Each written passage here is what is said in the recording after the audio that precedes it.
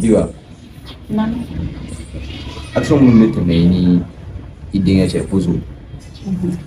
A ka di ne ye I k'a fanfɛla yɛrɛ de éviter quoi. I ka ɲi k'a to yen yɛrɛ parce que ne ɲɛ b'a la. Aw tɛna se aw tɛ ka ɲɔgɔn faamu quoi. Ko ka fanfɛla ye k'a to yen yɛrɛ. Cogo di? Bon ne ɲɛ b'a la aw tɛ ka bɛn.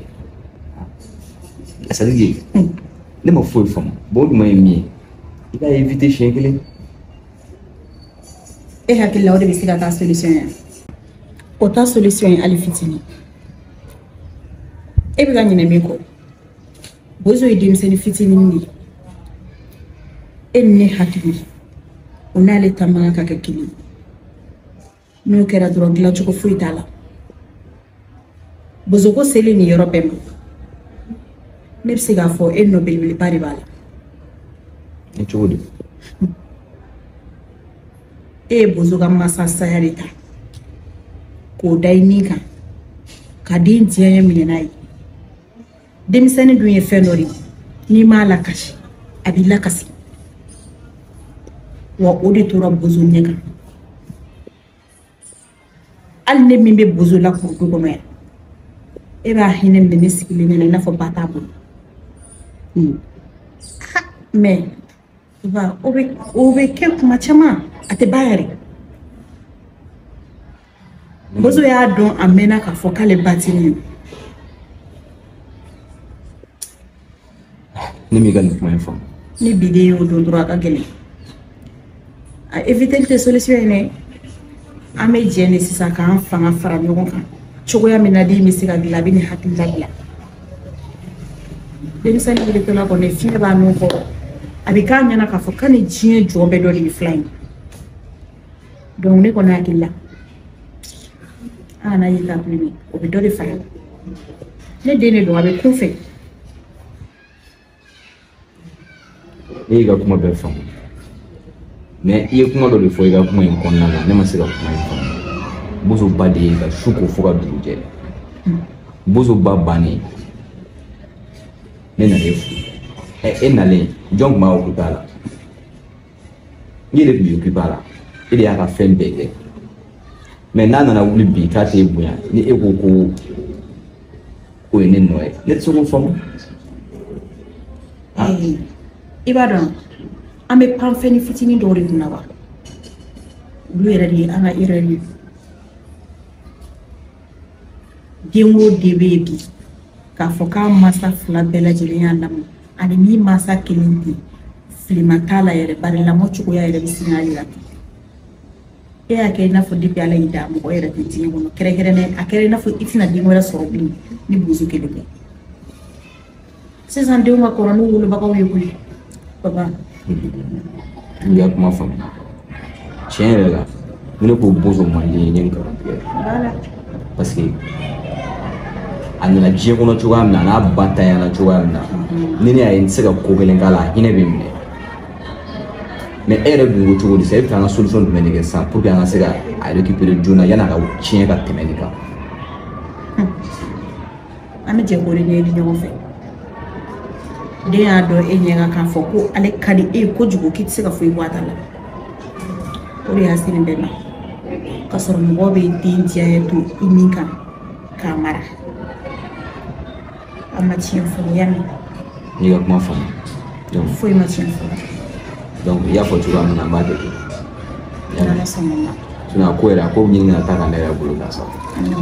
Kana jɔrɔ o la denmisɛnnin de don. A bɛ ko minnu kɛ ne na a bɛnnen don ma. Wa n b'a dɔn don n'a nataw la n'a ye hakili sɔrɔ a bɛna tila k'an bonya. A tun tɛ tan. A tun tɛ nin ko ninnu kɛ a y'a daminɛ wagati laban in de la.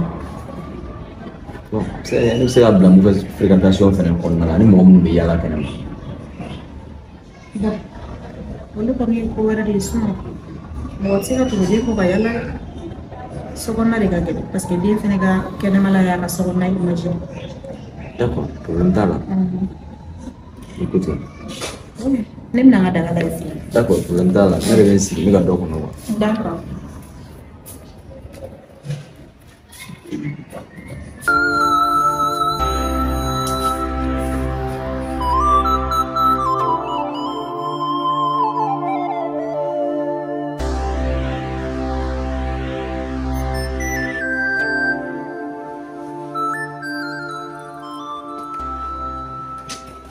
Bonjour. Ça va? Aw jiginna.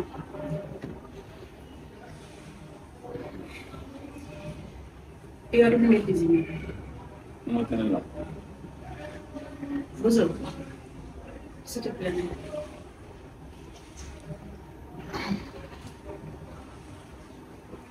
Offensive. Ne fɛ kɛ ɲininkali.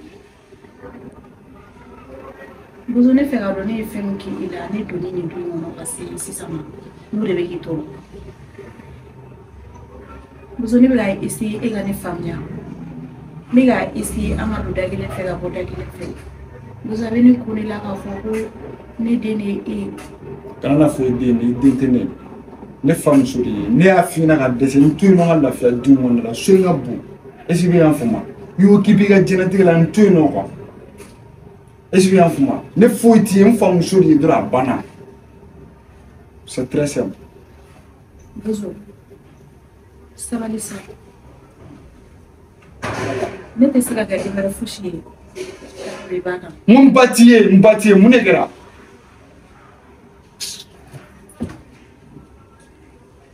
Ne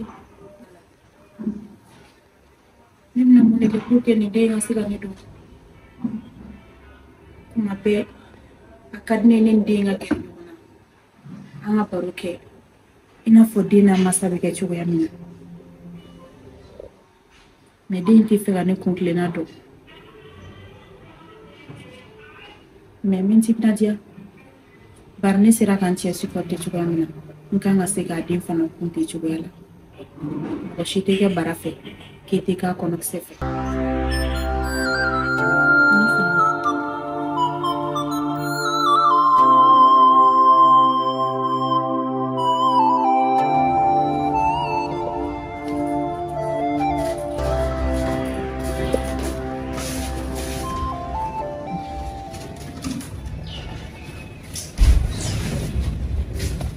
Bonjour.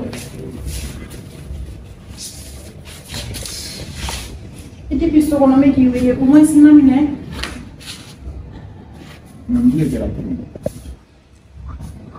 Et les gens qui ont semblé que la radio comme il faut pour passer la vie à la maison. Après la maison. Le délire de quoi que à la caméra, il y a un tunnel. Est-ce qu'il y a un moment fait là? Les tunnels de c'est à la fête du monde là. Et moi, est-ce qu'il y a tunnel de vie là? Bonjour. C'est ça. Ne sais pas machine na. Bon teta buru sa ko to din teta sa. Ama ba, nto na lafiya ba. Ne dumuni mo nya fi na mo ti ga dumuni na du mo na la. Nto yere mi fe ko fi ma na jemani ga to me mo ne be no. Foi que. Na ne ga ne famia bozo. Bozo. Ne te siga ga do fushi ni e ba te. Mat. Sabali sa. Kanuna mumine baki mune be baki ya fuena na fina ne famusuri ye mbati ala kama santo ina la fia du mona sa. Où est le problème?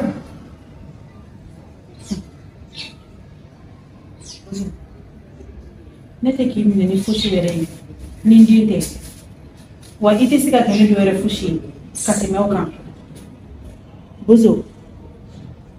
Ne kɛra n cɛ fɛ mɔgɔ si tɛ se ka kɛ bara fɛ k'i tɛ k'a kɔnɔkisɛ fɛ kɛcogo foyi t'o la ne bɛ fɛ i ni ka ɲɔgɔn faamuya dɔrɔn de sabali sa a dɔn ko n bɛ e yɛrɛ de ye. Ni den yɛrɛ de diɲɛ bɛ wuli e ni de an tɛna ɲɔgɔn faamu fo ka taa fɔ mun kɛra n to yen i y'an ka kuma faamuya voilà. Bonjour. A kɛra cogo di? E bɛ mun pɛrɛn-pɛrɛn de la yen? Ah, ne yan. I ka ne yan. A kɛra cogo di? Foyi tɛ yen. Komi e kan ka taa baarakɛyɔrɔ la, ale fana bɛ ka taa ekɔli la. Donc ne k'a ma de sani i ka tila fini don na a ka ɲɛma ka buru san boulangerie la dɔrɔn ka tɛmɛ. A ko tiɲɛna k'a tɛ se ka taa buru san, an b'o kuma de. K'a tɛ se ka taa san. Bozo, e ko cogo di?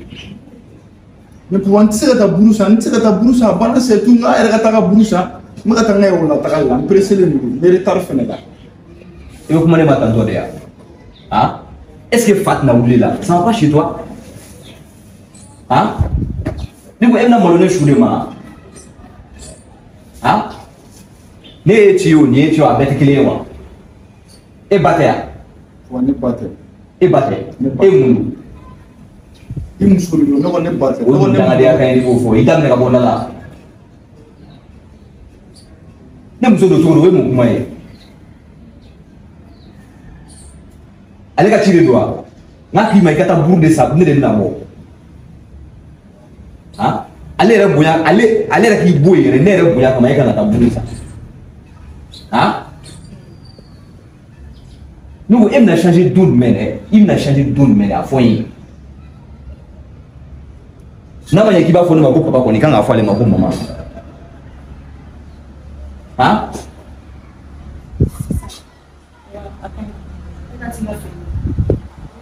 ati e tita sane adama adam na pena na dimne komu ne bi chiki ibi ba tita ha ne ka chite ne ma war ne ka dima am ne ka ta busa on ni retard bi e mo te danga de ala ta busa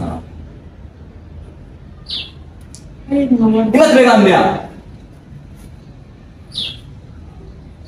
ite sabadi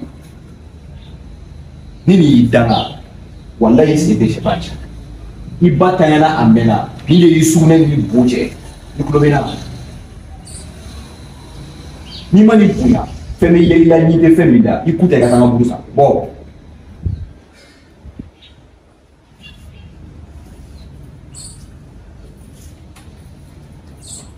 ni di buita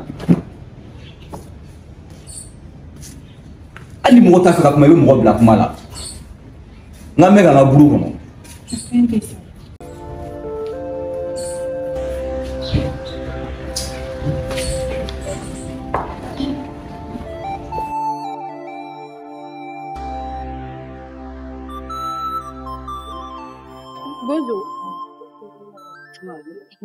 Bozo, qu'est-ce qu'il va faire? Et ni ben ni on a tourné à Bozo. Bozo. Comment on a galé à Chugochu? Il t'a dit ni. Wane guno fa bagadi. Angana ndo gunyona. Mideli anye foyena. Mune be no Bozo.